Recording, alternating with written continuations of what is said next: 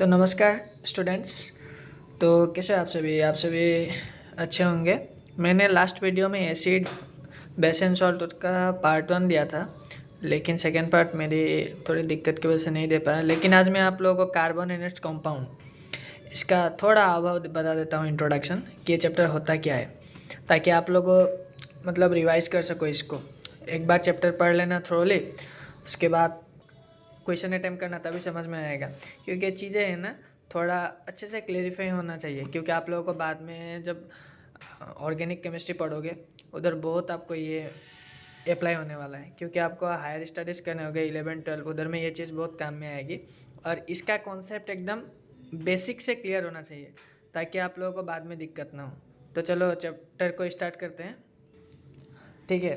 तो आप लोगों को पता है कार्बन एक एलिमेंट है कि नहीं? क्या है? कार्बन एक एलिमेंट है। इसका कितने नंबर में आता है? ये प्रोटॉन नंबर कितना है कार्बन का, किसी को मालूम है? प्रोटॉन नंबर क्या होता है? एटॉमिक नंबर जो होता है उसको हम क्या बोलते हैं? प्रोटॉन नंबर भी बोलते हैं कि नहीं। कार्बन का एटॉमिक नंबर कितना होता है? 6 है कि नहीं। Hydrogen, helium, lithium, beryllium, boron, उसके बाद क्या आता है? कार्बन आता है कि नहीं। तो कार्बन को जब हम डिस्ट्रीब्यूट करते हैं, इसको क्या होता है? 2-4। फर्स्ट सेल में कितने इलेक्ट्रॉन? 2 इलेक्ट्रॉन्स। ये तो आप लोगों को पता होगा इलेक्ट्रॉन डिस्ट्रीब्यूशन कैसे करते हैं। इलेक्ट्रॉन डिस्ट्रीब्यूशन क्या होता है, ये तो बेसिक सा है, ये तो मतलब सबको पता होना चाहिए इलेक्ट्रॉन डिस्ट्रीब्यूशन कैसे होता है, ठीक है। मैं थोड़ा फिर भी इसका ओवरव्यू बता देता हूँ, अगर किसी ने ये नहीं देखा है तो देख लीजिएगा। इलेक्ट्रॉन, ठीक है। फर्स्ट सेल में हम कितना इलेक्ट्रॉन दे सकते हैं? ये सपोज एक एलिमेंट है, एलिमेंट का ये क्या है? फर्स्ट सेल है, इसको हम के सेल बोल देता हूँ जैसे। इसमें हम सिर्फ मैक्सिमम 2 इलेक्ट्रॉन्स दे सकते हैं। अगर किसी का सिर्फ एक है, एक क्या है? हाइड्रोजन है। हाइड्रोजन में कितना इलेक्ट्रॉन्स होता है टोटल? हाइड्रोजन में 1 इलेक्ट्रॉन होता है, 1 इलेक्ट्रॉन। तो हाइड्रोजन का क्या होगा? सिर्फ इतना होगा, ये होगा हाइड्रोजन का इलेक्ट्रॉन डिस्ट्रीब्यूशन, ठीक है। हाइड्रोजन के बाद आएगा हीलियम। हीलियम में कितना होगा? 2। तो हीलियम का कितना हो जाएगा? ये 2। उसके बाद नहीं होगा, उसका नहीं है ही नहीं उसके बाद, है कि नहीं। अभी किसी के दिमाग में ये भी आ सकता है कि इसमें 1 इलेक्ट्रॉन दे के दूसरे सेल में ये इलेक्ट्रॉन, ये बिल्कुल भी गलत है, ठीक है। जब तक ये जो सेल है वो सेल कंप्लीट हो नहीं जाता, तब तक तुम लोग नेक्स्ट सेल में नहीं जा सकते हो। अभी कार्बन के लिए क्या होगा? कार्बन का कितना है? कार्बन का है टोटल 6। तो इसका इलेक्ट्रॉन डिस्ट्रीब्यूशन क्या होगा? इलेक्ट्रॉन डिस्ट्रीब्यूशन देखो, बेसिक चीज़ें समझनी चाहिए, ठीक है। तुम लोगों को लग रहा होगा कि मतलब ये सब तो हमको आता है, लेकिन ये सब नहीं आता है। तुम लोग अच्छे से ये ध्यान से देखो, ये क्या होता है। 2-4 इसको हम ये कर दिया, डिस्ट्रीब्यूट कर दिया। तो पहले सेल में कितना आएगा? 2। बाकी के सेल में कितना आएगा? 1, 2, 3, 4, ठीक है। अभी तुम लोग मेरे को ये बताओ, इधर मैंने इलेक्ट्रॉन डिस्ट्रीब्यूशन कर दिया है, पहले में 2 दे दिया, उसके बाद नेक्स्ट सेल में इसको के बोल देता हूँ पहले वाले सेल में, सेकंड सेल को मैं सपोज एम बोल देता हूँ। एम में कितने हैं? 4, है कि नहीं। अभी ये बताइए, जो बीच वाला खाली वाला जगह है, इसमें क्या होता क्या है? किसी को पता है? किसी को भी नहीं पता। यही तो चीज़ें हैं, ये सब चीज़ें मतलब सोचनी चाहिए, ये सब है क्या? ऑलरेडी बन क्या रहा है ये चीज़? हमें स्कूल में पढ़ा रहे और हम सब मतलब पढ़ रहे हैं, रट्टा मार रहे हैं, ये सब चीज़ें ऐसे नहीं चलती है ना। ये एक्चुअल में क्या होता है? इलेक्ट्रॉन क्या है, प्रोटॉन क्या है, न्यूक्लियस क्या होता है, ये सब किसी को पता है? चलो छोड़ो, इसके ऊपर एक अलग से वीडियो बना दूंगा। लेकिन अभी इस टॉपिक को देखो, ठीक है। ये जो बीच वाला खाली जगह होता है, इसके अंदर क्या होता है? इसके अंदर एक न्यूक्लियस होता है कि नहीं। न्यूक्लियस में क्या क्या होता है? अभी न्यूक्लियस में क्या इलेक्ट्रॉन होता है? क्या इलेक्ट्रॉन होता है? बिल्कुल भी नहीं। प्रोटॉन होता है? होता है। न्यूट्रॉन होता है? ज़रूर होता है।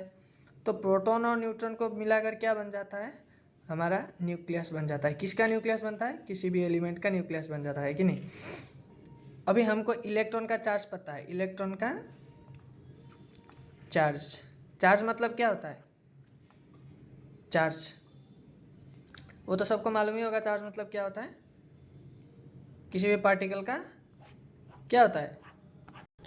तो ये होता है चार्ज। क्या होता है? किसी भी मैटर का, किसी भी मैटर का क्या होता है? Fundamental property. Fundamental property. अब ये फंडामेंटल प्रॉपर्टी क्या है? फंडामेंटल प्रॉपर्टीज़ ऐसी प्रॉपर्टीज़ है जो बेसिक किसी भी चीज़ का क्या क्रिएट करती हैं? बेसिक क्रिएट करती हैं, ठीक है। अभी चार्ज चेंज कब होता है? यह चार्ज मतलब अप्लाई कब होता है, जब किसी तुम ऐसा होता है किसी भी एक फील्ड है, सपोज इलेक्ट्रिक या मैग्नेटिक फील्ड, वो बाद में डिसाइड करेंगे। किसी फील्ड में अगर तुम इसको सपोज रख देते हो ना, तो किसी फोर्स ये एक्सपीरियंस करेगी। क्या एक्सपीरियंस करेगी? फोर्स एक्सपीरियंस करेगी। चार्ज फोर्स एक्सपीरियंस करती है। ये सब चीज़ें बाद में क्लियर कर दूंगा, लेकिन अभी तुम इतना समझो, न्यूक्लियस जो होता है, न्यूक्लियस के अंदर क्या होता है? न्यूट्रॉन और प्रोटॉन, है कि नहीं? न्यूट्रॉन और प्रोटॉन होता है। न्यूट्रॉन न्यूट्रल होता है, न्यूट्रॉन का कुछ चार्जेस नहीं होता है, तो प्रोटॉन क्या होता है? पॉजिटिव चार्ज होता है कि नहीं? इलेक्ट्रॉन का चार्ज क्या होता है? इलेक्ट्रॉन का charge negatively charge, electron negatively charge. ये सब हो गया बेसिक। अभी ये समझो, ठीक है, कार्बन का कितना बोला था मैंने? प्रोटॉन नंबर बोला था 6, या एटॉमिक नंबर 6। तो इसका डिस्ट्रीब्यूशन होगा 2 4, है कि नहीं? कार्बन का मैं तुमको डिस्ट्रीब्यूशन बना के दिखाता हूँ। इधर इलेक्ट्रॉन 2 हो जाएगा, और ये हो जाएगा 1 2 3 4। अभी ये बताओ तुम लोग मुझे कि इसको स्टेबल बनाने के लिए हमको कितना इलेक्ट्रॉन चाहिए? 4 इलेक्ट्रॉन, क्योंकि पहले वाला सेल तो जो के सेल मैंने बोला था, सेकेंड वाले को मैंने एम बोला था, है कि नहीं? के सेल तो ऑलरेडी 2 इलेक्ट्रॉन्स है, तो ये ऑलरेडी क्या हो गया?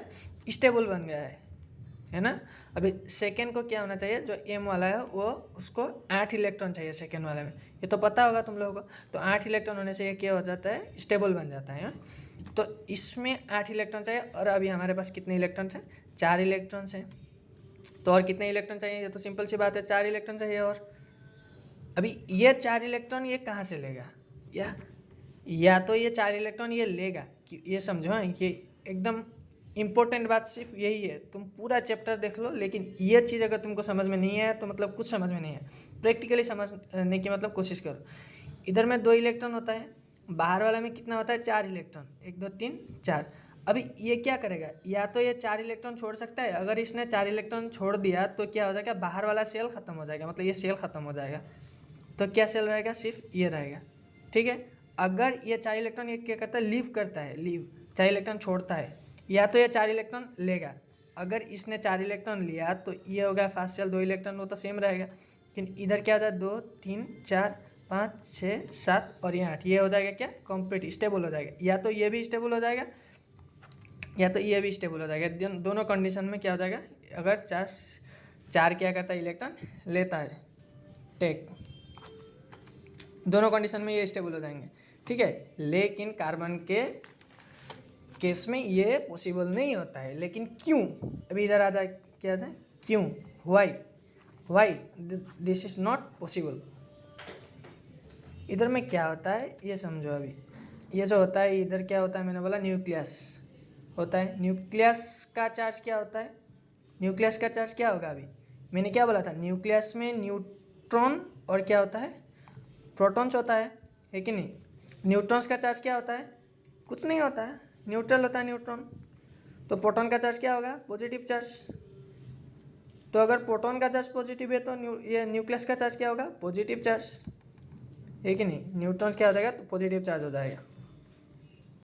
अभी ये जो न्यूक्लियस होता है ये यहाँ पर होता है, उसके बाहर मतलब एक के सेल है। कार्बन के केस में समझा रहा हूँ, ठीक है। जैसे एम सेल है, तो ये क्या करेगा? इधर हमारा जो इलेक्ट्रॉन होता है यहाँ पर होता है कि नहीं, कार्बन के केस में। और इलेक्ट्रॉन ये 2 3 4, जो ये पॉजिटिव चार्ज है, इलेक्ट्रॉन का क्या चार्ज होता है? नेगेटिव। ये पॉजिटिव क्या करता है? नेगेटिव को क्या करता है? अट्रैक्ट करता है, बहुत जोर से तानता है। अभी ये क्या समझाया मैंने तुमको? न्यूक्लियस बहुत जोर से खींचेगा वो। न्यूक्लियस किसको अट्रैक्ट करेगा? इलेक्ट्रॉन को। क्यों? ये पॉजिटिव है और ये नेगेटिव, तो पॉजिटिव और नेगेटिव में क्या होता है? ऑब्वियसली क्या होगा? अट्रैक्शन। पॉजिटिव एंड नेगेटिव क्या होता है? अट्रैक्शन। पता है कि नहीं? मैग्नेट के केस के बारे में तो तुम लोगों को पता ही होगा कि नहीं? साउथ पोल नॉर्थ पोल क्या होता है? अट्रैक्ट होता है। साउथ पोल क्या होता है? वो तुमको क्या होता है? ये अट्रैक्ट होता है, साउथ पोल नॉर्थ पोल। और साउथ पोल क्या होता है तुम्हारा? रिपेल होता है। वैसे ही सेम पॉजिटिव और पॉजिटिव के बीच में क्या होगा? पॉजिटिव और पॉजिटिव के बीच में क्या होगा? रिपल्सन होगा। एक दूसरे को क्या करा? धक्का देगा, पास आने नहीं देगा। चलो तुम मेरे पास से हटो, वैसा बोलेगा कि नहीं? और पॉजिटिव और नेगेटिव के बीच में क्या होगा? एट्रैक्शन बनेगा, एट्रैक्शन, एग्जैक्टली। चलो अब केस 1 देखते हैं कार्बन के। केस 1, अगर ये 4 इलेक्ट्रॉन छोड़ देता है, 4 इलेक्ट्रॉन्स लीव कर देता है, ठीक है। तो ये जो सेल है इधर 2 इलेक्ट्रॉन्स है, ये जो सेल है इधर कितने इलेक्ट्रॉन्स है? 4 इलेक्ट्रॉन है। ठीक है, इसने समझो ये 4 इलेक्ट्रॉन छोड़ दिया तो क्या होगा, ये इलेक्ट्रॉन छोड़ देगा, ये इलेक्ट्रॉन छोड़ दिया, ये इलेक्ट्रॉन छोड़ दिया, ये इलेक्ट्रॉन छोड़ दिया। अरे बाबा इतना इलेक्ट्रॉन छोड़ देगा, ये जो ये न्यूक्लियस है ये कि इधर मतलब क्या करने बैठा है, ये इसको खींचेगा कि नहीं खींचेगा, खींचेगा कि नहीं खींचेगा ना। तो क्या इतना एनर्जी कहाँ से लाओगे तुम यार, इस मतलब न्यूक्लियस इतना जोर से तुमको खींच रहा है, इधर वाले इलेक्ट्रॉन में इधर सिर्फ इधर इलेक्ट्रॉन है, तो ये डायरेक्ट इलेक्ट्रॉन करेगा कि नहीं, मतलब डायरेक्ट कनेक्शन होगा कि नहीं 4 इलेक्ट्रॉन के अगेंस्ट में। ये इलेक्ट्रॉन जो बाहर वाले सेल में होंगे, सेकेंड सेल में जो 4 इलेक्ट्रॉन होंगे डायरेक्टली कनेक्टेड है, तो इतना जोर से ये जो खींच रहा है तो इसको मतलब कितना तुमको एनर्जी चाहिए उसको हटाने के लिए, इतना एनर्जी पॉसिबल ही नहीं है। कहाँ से लाओगे भाई इतनी एनर्जी, तो तुम्हारा इतना मतलब 4 इलेक्ट्रॉन को हटा सके कार्बन के, नहीं कर सकोगे। तो इसलिए पहले वाला केस में मतलब स्टेबल नहीं बना पाते हम।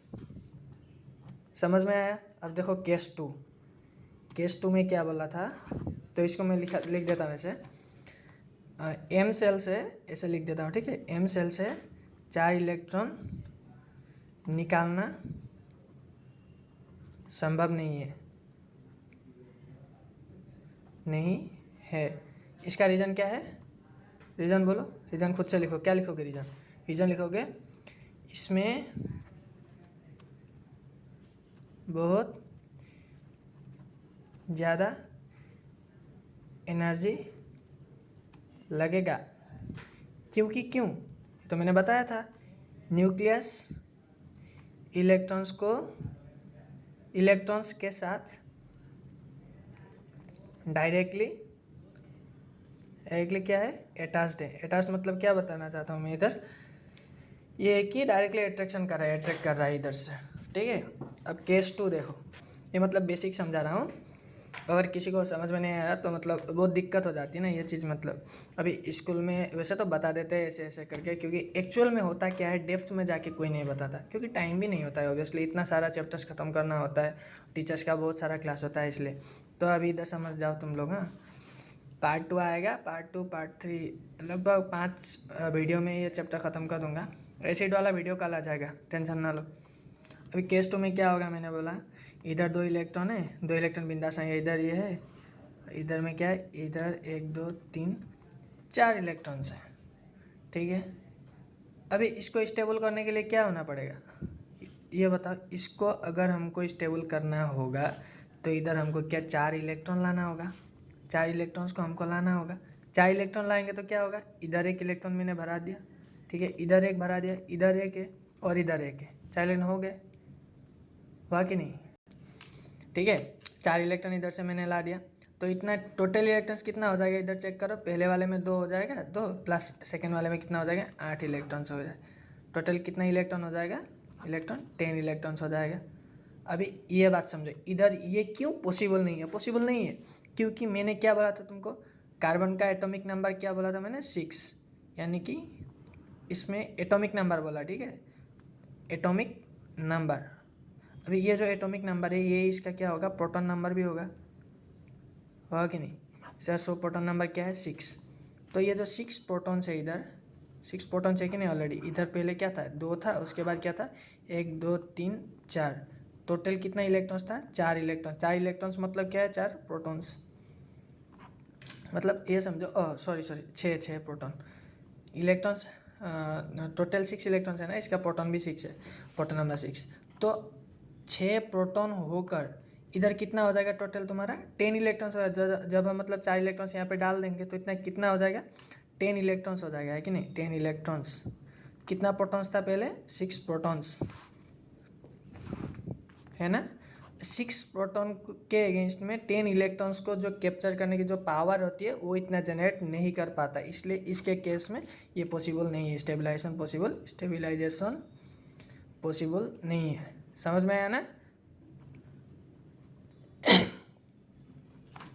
तो कार्बन के केस में क्या होता है, पहले वाले में 4 इलेक्ट्रॉन को निकालने के लिए जो एनर्जी चाहिए न्यूक्लियस के अगेंस्ट में जाकर, क्योंकि न्यूक्लियस पॉजिटिवली चार्ज है और वो इलेक्ट्रॉन को बहुत ज़ोर से अट्रैक्ट करता है कि नहीं, वो पॉसिबल नहीं है। और सेकेंड केस में मैंने तुमको क्या बताया, क्योंकि 4 इलेक्ट्रॉन जब हम डालेंगे उधर तो 6 प्रोटॉन है, कार्बन का कितना है, प्रोटॉन नंबर 6 है, तो 6 प्रोटॉन के अगेंस्ट में जब हम 4 इलेक्ट्रॉन डाल देंगे तो कितना हो जाएगा टोटल इलेक्ट्रॉन 10। तो उसके अगेंस्ट में जाकर वो हमको करना उतना मतलब पॉसिबल नहीं है, क्योंकि 6 प्रोटॉन 10 इलेक्ट्रॉन को खींच नहीं पाता है, अट्रैक्ट नहीं कर पाता है। समझ गए ना। तो अब कार्बन करेगा क्या है कि नहीं, अब कार्बन के पास से 6 इलेक्ट्रॉन चाहिए, 1 2, उसके बाद वाला 1 2 3 4, इधर 6 इलेक्ट्रॉन्स है। अभी उसको स्टेबल होने के लिए बाहर वाले सेल में कितने इलेक्ट्रॉन चाहिए, 4 इलेक्ट्रॉन चाहिए कि नहीं। अब कार्बन को तो स्टेबल तो होना पड़ेगा, स्टेबल होना पड़ेगा कि नहीं। स्टेबल होने के लिए वो क्या करेगा, एक नया मेथड यूज़ करेगा, नया मेथड यूज़, न्यू मेथड। यहाँ से शुरू होता है तुम्हारा असली जर्नी साइंस का। क्या होगा, हाँ यहाँ पर एक मेथड यूज़ करें, मेथड का नाम क्या है, शेयरिंग ऑफ इलेक्ट्रॉन्स। अब ये इलेक्ट्रॉन शेयरिंग करता कैसे है उसको समझो। एक कार्बन है ना तुम्हारे पास, सपोज और एक कार्बन ले लो तुम। इस कार्बन में कितना होगा, पहले वाले में दोनों में 2 2 है, सेकेंड वाले में भी 4 है, 1 2 3 4, यह क्या 1 2 3 4। अब इसको कितना इलेक्ट्रॉन चाहिए, इसको कितना इलेक्ट्रॉन चाहिए, कितना चाहिए, 4 इलेक्ट्रॉन चाहिए कि नहीं, नहीं चाहिए, ऐसा होता है क्या। इसको कितना चाहिए 4, इसको कितना चाहिए 4। रुको रुको, ऐसे समझो तुम लोग हैं, इधर एक कार्बन है और इसके में से बाहर वाले इलेक्ट्रॉन लिखता हूँ, ठीक है। 4 इलेक्ट्रॉन, 1 2 3 4, अंदर वाले 2 इलेक्ट्रॉन है वो मैंने यहाँ पर नहीं दिखाया है। तो इसको अभी कितने इलेक्ट्रॉन चाहिए, 4 इलेक्ट्रॉन। तो ये 4 इलेक्ट्रॉन क्या करेगा, 4 हाइड्रोजन से ले लेगा। सपोज वो ऐसा समझो, इधर एक हाइड्रोजन है, इधर एक हाइड्रोजन है, इधर एक हाइड्रोजन, इधर एक हाइड्रोजन है, ठीक है। हाइड्रोजन के बाहर कितना इलेक्ट्रॉन होता है, एक हाइड्रोजन के पास एक ही इलेक्ट्रॉन होता है, एक 4 हाइड्रोजन के पास 4 इलेक्ट्रॉन होता है। तो ये इलेक्ट्रॉन इसके साथ हो जाएगा, ये इलेक्ट्रॉन इसके साथ, इलेक्ट्रॉन हो गया। तो ये इलेक्ट्रॉन इसके साथ हो गया, तो इतना कितना इलेक्ट्रॉन हो गया, 2 इलेक्ट्रॉन, इधर 2 इधर 2 इधर 2, टोटल कितना हो गया, 8 इलेक्ट्रॉन्स हो गया स्टेबल। तो क्या बन गया इधर, CH4 मीथेन, CH4 मीथेन है कि नहीं। ये हाइड्रोजन का केस मैं तुम लोगों को समझाऊंगा, तुमको अच्छे से समझ में आएगा, लेकिन कार्बन का वो समझ लो कि शेयरिंग इलेक्ट्रॉन्स करता है, ठीक है। अभी थोड़े टाइम बाद तुमको समझ में आने वाला है ये शेयरिंग होता क्या है एक्चुअल में। अभी IUPAC नोमेनक्लेचर तो तुमको आता ही होगा, अगर वो नहीं आता है तो अच्छे से सीख लो, क्योंकि ये चीज़ बहुत इंपॉर्टेंट है। IUPAC नोमेनक्लेचर एक्चुअल में बहुत मतलब बहुत ही इम्पोर्टेंट, ये समझ लो। हाँ, केमिस्ट्री तुमको मतलब वो क्या होता है ना, बिना नमक वाला खाना जैसा लगेगा इसके बिना, ये समझ लेना चाहिए IUPAC नोमेनक्लेचर। अभी एल्कीन क्या होता है, एल्केन क्या होता है और एल्काइन क्या होता है, ये किस किस को समझ में आता है, एल्केन एल्केन एल्काइन। पहले तुमको मैं समझाता हूँ बॉन्डिंग क्या होता है, ठीक है। बॉन्डिंग क्या आता है समझ लो। तुम्हारे पास हाइड्रोजन है, हाइड्रोजन के पास कितना इलेक्ट्रॉन होता है, 1 इलेक्ट्रॉन। अब इसको स्टेबल होना पड़ेगा कि नहीं, इसको स्टेबल होने के लिए क्या करेगा, ऑब्वियसली 1 इलेक्ट्रॉन ले लेगा, लेकिन किसके से लेगा, सपोज नहीं लेगा, सोचो शेयरिंग करेगा, ये भी क्या करेगा, शेयरिंग करेगा शेयरिंग कि नहीं करेगा। इसके पास तुम और एक हाइड्रोजन को लेकर आओ, इस हाइड्रोजन के पास 1 इलेक्ट्रॉन है, इस हाइड्रोजन के पास भी 1 इलेक्ट्रॉन है, तो यह क्या करेगा, एक बॉन्ड फॉर्म करेगा, सिंगल बॉन्ड, ठीक है। सिंगल बॉन्ड है कि नहीं, क्या बॉन्ड बोला मैंने, सिंगल बॉन्ड फॉर्म करेगा। तो क्या बन जाएगा, H2 में क्या बॉन्ड होता है, सिंगल बॉन्ड, ऐसे बनता है, क्या बनता है, बॉन्डिंग। मानो तुम हो, ये तुम्हारा नाम सोचो लक्ष्मण और लक्ष्मण के साथ है रीना, लक्ष्मण और रीना, और लक्ष्मण के पास से एक आइसक्रीम है समझ लो, हाँ ठीक है। और लक्ष्मण को देना है ये 2 आइसक्रीम लेकर अपनी मेम को देना है, समझ लो 2 आइसक्रीम लेकर अपनी मेम को देना है, तब मेम उसको 1000 रुपीज़ देगी, ठीक है, 2 आइसक्रीम का। क्योंकि ऐसा समझ लो कि तुम्हारे पास अभी मार्केट में आइसक्रीम है ही नहीं, सिर्फ 2 आइसक्रीम है, तो 2 आइसक्रीम ही बचे, एक रीना के पास है और एक लक्ष्मण तुम्हारे अब खुद के पास है, और मेम को चाहिए 2 आइसक्रीम, और मेम तुमको कह देगी 1000 रुपये देंगे। तो ये जो आइसक्रीम है, एक आइसक्रीम तो है तुम्हारे पास, तुमको अब क्या चाहिए, और एक आइसक्रीम जो किसके पास है, रीना के पास है। तुम क्या करोगे, रीना से आइसक्रीम ले लोगे कि नहीं, तो ले लिया, तो तुम्हारे पास कितना आइसक्रीम हो गया, 2 आइसक्रीम हुआ कि नहीं। अगर रीना को देना है, रीना को सपोज ऐसा मानो और एक अर्नब अपने बॉयफ्रेंड के लिए वो आइसक्रीम खरीद रही थी, और एक आइसक्रीम चाहिए उसको अर्नब को आइसक्रीम दिखाना है सिर्फ, तुमको भी मैम को दिखाना है, अर्नब को भी मैम को दिखाना है, और उसको रीना को भी अर्नब को दिखाना है। तो एक बार वो क्या करेगी, तुम्हारे आइसक्रीम के साथ खुद का आइसक्रीम जोड़कर अर्नब को दिखाएगी। उसके बाद तुम रीना का आइसक्रीम लेकर तुम किसको दिखाओगे, मैम को दिखाओगे। ठीक है, ये से ही होता है हाइड्रोजन के केस में और सभी एटॉम्स के केस में। अभी उसको बॉन्डिंग बोलते हैं हम, उसको समझ लो अच्छे से। हाइड्रोजन के पास एक इलेक्ट्रॉन है और एक हाइड्रोजन के पास आ जाएगा और H2 बॉन्डिंग फॉर्म कर देता है। समझ गए ना, H2 मोलिक्यूल बन जाता है। क्या बन जाता है, H2 मोलिक्यूल का। इसको हम क्या बोलते हैं, सिंगल बॉन्ड। इसको हम बोलेंगे एल्केन। क्या बोलेंगे, एल्केन। एन है ना, सिंगल बॉन्ड, सिंगल बॉन्ड। अब एल्किन में क्या होगा, एल्किन में क्या बनेगा, डबल बॉन्ड बनेगा। क्या बनेगा, डबल बॉन्ड, मतलब ऐसा 2 बॉन्ड बनेगा। अभी अगर एक बॉन्ड बनने में 2 इलेक्ट्रॉन चाहिए, ऐसा ऐसा करके कि नहीं, एक बॉन्ड बनेगा। तो समझो इधर में एक बॉन्ड बना और इधर में एक बना, तो 2 बॉन्ड बनने में कितना इलेक्ट्रॉन चाहिए, 4 इलेक्ट्रॉन। और ये 2 इलेक्ट्रॉन एक एटम्स के होने चाहिए, और ये सॉरी, एक मॉलिक्यूल एटम के होने चाहिए, और ये 2 इलेक्ट्रॉन और एक एटम के होने चाहिए कि नहीं। अभी तुम लोग समझो ऑक्सीजन का केस। ठीक है, ऑक्सीजन में डबल बॉन्ड फॉर्म होता है। क्या बॉन्ड फॉर्म होता है, डबल बॉन्ड। इसको हम क्या बोलेंगे, एल्किन बोलेंगे। क्या, एल्किन, डबल बॉन्ड, एल्किन। अभी ऑक्सीजन का एटॉमिक नंबर क्या है, कितना है, 8 है ना, 8 एटॉमिक नंबर, एटॉमिक नंबर 8 है। तो इसका इलेक्ट्रॉन डिस्ट्रीब्यूशन क्या होगा, 2 6 होगा, है कि नहीं, 2 6 है। ऑक्सीजन यहाँ है, इसका सिर्फ मैं बाहर वाला इलेक्ट्रॉन्स लिखूंगा। ठीक है, 1 2 3 4 5 6। अभी इसको और कितना इलेक्ट्रॉन चाहिए, 2 इलेक्ट्रॉन चाहिए, और एक ऑक्सीजन के पास ले चलो, इधर भी क्या होगा, 6 इलेक्ट्रॉन्स होंगे, होंगे कि नहीं। तो ये क्या करेगा, ये 2 इलेक्ट्रॉन से इसके साथ एक बॉन्ड क्रिएट करेगा। अभी इसके लिए, इस ऑक्सीजन के लिए मैं सर्कल बनाऊंगा, तो ये इलेक्ट्रॉन्स आ जाएंगे, आए कि नहीं, ऑब्वियसली आ जाए। तो इसका कितना इलेक्ट्रॉन्स हो गया, 1 2 3 4 5 6 7 8 8 हो गया। और इस ऑक्सीजन के लिए ये 2 इलेक्ट्रॉन्स आ जाएंगे। तो अल्टीमेटली इन लोगों ने क्या कहा, शेयरिंग किया कि नहीं किया, नहीं किया, क्या। तो ये क्या बन गया, O2 बन गया है। O2 क्या बन गया, O2 मोलिक्यूल बन गया एटम से। तो ऐसे ही होता है। O2 कैसे फॉर्म होता है, यहाँ पर क्या बॉन्ड बना, डबल बॉन्ड। तो इसके लिए तुमको क्या याद रखना होगा, पहले अगर तुमको किसी का एटम सपोज नाइट्रोजन दे दिया, तुमको इसका पहले क्या याद होना पड़ेगा, एटॉमिक नंबर क्या होता है वो तुमको याद होना पड़ेगा। ठीक है, एटॉमिक नंबर के बाद तुमको इसका electron charge distribution, electron distribution, तुमको ये चीज़ याद होना होगा। तुम इसके बाद क्या होगा, तुमको उसका वो क्या बोलते हैं, सेल बनाना आता होगा, उसको तुमको याद रखना होगा कैसे बनाते हैं, वो सब सीख लेना आराम से। अभी सिंगल बॉन्ड समझ में आ गया तुम लोगों को क्या होता है। सिंगल बॉन्ड में क्या होगा, सिंगल बॉन्ड एल्केन बोलेंगे ना इसको, और डबल बॉन्ड को क्या बोलेंगे, डबल बॉन्ड को बोलेंगे हम एल्किन। अभी आ जाएगा, क्या आ जाएगा, ट्रिपल बॉन्ड, ट्रिपल बॉन्ड, इसको हम क्या बोलेंगे, एल्काइन। अभी ये कैसे बनेगा, नाइट्रोजन का केस देखो, नाइट्रोजन में कितना होता है, नाइट्रोजन का एटॉमिक नंबर होगा 7, एटॉमिक नंबर क्या होगा, 7 होगा कि नहीं। अब इसको इलेक्ट्रॉन चार्ज डिस्ट्रीब्यूशन क्या होगा, इलेक्ट्रॉन डिस्ट्रीब्यूशन नाइट्रोजन का कितना होगा, 2.5 होगा। तो एक नाइट्रोजन लो, इसके बाहर वाला इलेक्ट्रॉन लिखो, सिर्फ 1 2 3 हो जाएगा, इधर क्या लिखा, 2 लिख दिया, 5 हो गया, है कि नहीं। इसको और कितना इलेक्ट्रॉन चाहिए, और 3 इलेक्ट्रॉन्स चाहिए। क्यों 3 इलेक्ट्रॉन्स क्यों चाहिए, क्योंकि इसको स्टेबल बनाना है। स्टेबल बनाने के लिए क्या होगा, कितना इलेक्ट्रॉन होगा बाहर वाले सेल में, 8 इलेक्ट्रॉन्स, है ना। और एक नाइट्रोजन पास में लाओ, ये लो 3 इलेक्ट्रॉन्स, 3 इलेक्ट्रॉन्स के साथ कितना बॉन्ड बन गया, 3। अभी ये दोनों इलेक्ट्रॉन्स के साथ बॉन्ड बनाने की ज़रूरत नहीं है, गलती कभी मत करना, ठीक है। सिर्फ जितना चाहिए उतना बनाना। कितना चाहिए इधर, 3 इलेक्ट्रॉन, 3 3 6 हो गया, ये इलेक्ट्रॉन्स इसके पास आ गया, ऐसा होगा। और इसके लिए ये बन गया, कितना होगा, इस नाइट्रोजन के लिए देखो 1 2 3 4 5 6 7 8 8 हो गया। इस नाइट्रोजन के 1 2 3 4 5 6 7 8 हो गया।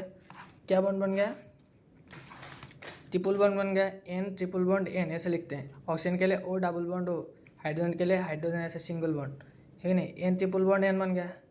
इसको हम क्या बोलते हैं, एल्काइन बोलते हैं। क्या, एल्काइन। इसको क्या है, ट्रिपल बॉन्ड।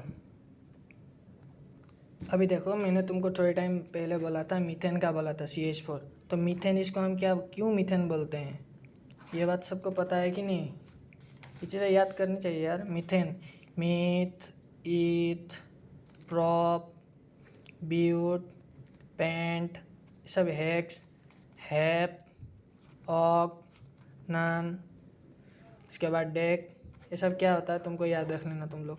IUPAC नोमेनक्लेचर कैसे बनाते हैं वो भी याद कर लेना। अगर नहीं आता तो वीडियो के नीचे एक कमेंट कर देना, मैं नेक्स्ट वीडियो में एक मतलब छोटा सा वीडियो कर दूंगा, उसमें नोमेनक्लेचर में कैसे बनाते हो तुम लोगों को सिखा दूंगा।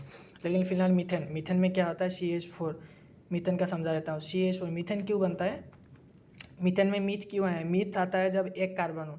अगर तुम्हारे पास ईथ होगा तो 2 कार्बन होगा, प्रॉप होगा तो 3 होगा, ब्यूट होगा तो 4, पेंट में 5 कार्बन। ये कार्बन नंबर से रिलेटेड, ठीक है। ये कार्बन नंबर्स कितना होता है वो डिनोट करता है। मीथ होगा तो 1 कार्बन, ईथ होगा तो 2, प्रॉप होगा तो 3, ब्यूट में 4, पेंट में 5, हेक्स में 6, हेप में 7, ऑक में 8, नान में 9 और डेक में 10। तो अगर तुमको डेकेन बोला है तो वो तुम्हारे पास पहली चीज़ आ जाएगी डेक है। डेक मतलब कितना कार्बन है, कार्बन C10 है। बाद में एन क्या होता है वो मैंने तुमको बताया ना, एल्केन से आया है एन, एल्किन से आया है क्या, इन, एल्काइन से आया है क्या आएगा, आइन आएगा। इसलिए मैंने तुमको एल्केन, एल्किन और एल्केन पहले ही समझा दिया। एल्केन मतलब क्या होगा, इधर सिंगल बॉन्ड होगा, इधर क्या होगा, डबल बॉन्ड होगा। एल्किन में, एल्केन में क्या होगा, ट्रिपल बॉन्ड होगा, है ना। और मीथेन में क्या बॉन्ड होगा तुमको, सिंगल बॉन्ड होगा, सिंगल बॉन्ड। अभी अगर मीथ है, मीथ मतलब 1 कार्बन आएगा तुम्हारे पास, अभी सिंगल बॉन्ड होगा तो कार्बन का कितना होगा, बाहर इलेक्ट्रॉन कितना होगा, 4 इलेक्ट्रॉन होगा। और 4 में कितना है, सिंगल बॉन्ड बनेगा, मतलब क्या होगा, सिंगल बॉन्ड बनेगा। ये है, सिंपल सी बात है। 4 हाइड्रोजन लगा दो, CH4 बन गया, है ना। इसको हम क्या बोलेंगे, मीथेन बोलते हैं, मीथेन। समझ में आया कि नहीं। अभी ये क्या बना, क्या बना ये, what is this, how is this possible, है कि नहीं। तो ये सी है, सी के पास 4 इलेक्ट्रॉन्स होता है बाहर वाले सेल में, एम सेल में। एम सेल में कितना इलेक्ट्रॉन्स होता है, पहले के सेल में होता है 2 इलेक्ट्रॉन, एम सेल में होते हैं कार्बन के 4 इलेक्ट्रॉन्स, क्योंकि कार्बन का प्रोटॉन नंबर है 6। प्रोटॉन नंबर या हम क्या बोलते हैं, प्रोटॉन नंबर, या हम बोलते हैं एटॉमिक नंबर, एटॉमिक नंबर। तो इसके पास 4 हाइड्रोजन तुम लेकर, हाइड्रोजन के पास कितना इलेक्ट्रॉन होता है, एक हाइड्रोजन के पास 1 इलेक्ट्रॉन होता है। बोला था हाइड्रोजन का एटॉमिक नंबर क्या है, हाइड्रोजन का एटॉमिक नंबर है 1। क्या है, तुम प्रोटॉन नंबर भी बोल सकते हो, प्रोटॉन नंबर 1 है, इसके पास इलेक्ट्रॉन्स भी एक होता है कि नहीं। तो हाइड्रोजन इसको पास लेकर आओ, तो 4 हाइड्रोजन के पास 4 इलेक्ट्रॉन, तो ऐसे सिंगल बॉन्ड बनाएगा, ये सिंगल बॉन्ड बना दिया तो कार्बन CH4 बन गया कि नहीं, सिंपल। मीथ एन, इसको क्या बोलते हैं, मीथेन बोलते हैं। अब कार्बन का एलोट्रॉप्स होता है, जैसे the structure of diamond, the structure of graphite, the structure of C60 ऐसा होता है। बैकमिनिस्टर फुलस्टर कहते हैं इसको, स्टार फुलेरिन कहते हैं, बैकमिनिस्टर फुलेरिन। ये 660 एग्जाम में आता है, इसको क्या बोलता है ऐसे करके आता है। और ग्रेफाइट का स्ट्रक्चर, ग्रेफाइट का स्ट्रक्चर इतना ज़रूरी नहीं है तुम लोगों के लिए, क्योंकि बेसिक है ना, ग्रेफाइट है। उसके बाद डायमंड का स्ट्रक्चर है, ये सब याद रखना तुम लोग। अभी एक चीज़ है केटिनेशन करके एक चीज़ है, ठीक है, केटिनेशन, ये चीज़ मैं तुम लोग को अभी समझाता हूँ। ये लास्ट टॉपिक होने वाला है, बाकी का चीज़ हम नेक्स्ट वीडियो में डिस्कस करूँगा। केटिनेशन क्या होता है, अभी कार्बन किसी और के साथ बॉन्ड बना, नाइट्रोजन हाइड्रोजन ऐसे लाइन खींच नहीं सकते हम, सपोज ऐसे हम नहीं बना सकते, ठीक है। तो कार्बन क्या करता है, खुद के साथ ही ऐसा लॉन्ग चेन क्रिएट करता है, बहुत सारा कार्बन ऐसे लॉन्ग चेन क्रिएट करता है। क्या करता है, लॉन्ग चेन क्रिएट करता है। सिंपल से याद रखो ना, कार्बन लॉन्ग चेन क्रिएट करता है किससे, आपस से ही। कार्बन क्या करता है बोला मैंने, कार्बन आपस में ही, आपस में ही लॉन्ग चेन क्रिएट करता है, लॉन्ग चेन क्रिएट करता है, क्रिएट करता है। इसको हम क्या बोलेंगे, कार्बन आपस में लॉन्ग चेन क्रिएट करेगा तो इसको केटिनेशन बोलेंगे, केटिनेशन। अभी ऐसे होता है केटिनेशन, ऐसे ऐसे ऐसे लॉन्ग ऐसे भी क्रिएट कर सकता है, या ये कार्बन फिर से ऐसे ऐसे ऐसे भी, ये कार्बन ऐसे ऐसे ऐसे ऐसे, इसको हम क्या बोलेंगे, ब्रांच बोलेंगे। या तो C डबल बॉन्ड C ऐसे भी बना सकता है, C double bond C double bond ऐसे भी बना सकता है, जैसे भी, मतलब इसको हम लॉन्ग चेन का ये बोलेंगे और इसको हम ब्रांच बोलेंगे। अभी ये ब्रांच कैसे करते हैं, नोमेनक्लेचर में तुम लोगों ने पढ़ा होगा कि नहीं पढ़ा है। IUPAC नोमेनक्लेचर किस हिसाब से देते हैं वो सारा कुछ अगर तुम लोगों को याद नहीं तो मैं नेक्स्ट वीडियो में पहले उसी से शुरुआत करूँगा, ठीक है, IUPAC नोमेनक्लेचर से। क्योंकि इधर ब्रांच होता है तो पहले प्रीफरेंस किसको दे, अगर कार्बन इधर सपोज इधर 2 कार्बन है और इधर 3 कार्बन है तो ब्रांच कौन सा बन जाएगा, ये वाला ब्रांच बन जाएगा, है कि नहीं। वैसा कुछ सिस्टम से मैं तुमको बाद में बता दूंगा। तो आज के लिए बस इतना ही, घर पे पढ़ना, ये सब सारी चीज़ें बेसिक्स है, क्लियर करना। और पार्ट 2 जल्दी आएगी, कल आ जाएगी पार्ट 2 बिंदास, इसी टाइम पे पार्ट 2 अपलोड कर दूंगा मैं, ठीक है। तो बाय बाय, गुड नाइट। एक कमेंट कर देना, अगर कुछ डाउट्स हो तो उधर कमेंट कर देना, कमेंट सेक्शन खुला है तुम लोगों के लिए, और वीडियो दोस्तों में शेयर कर देना। Bye bye.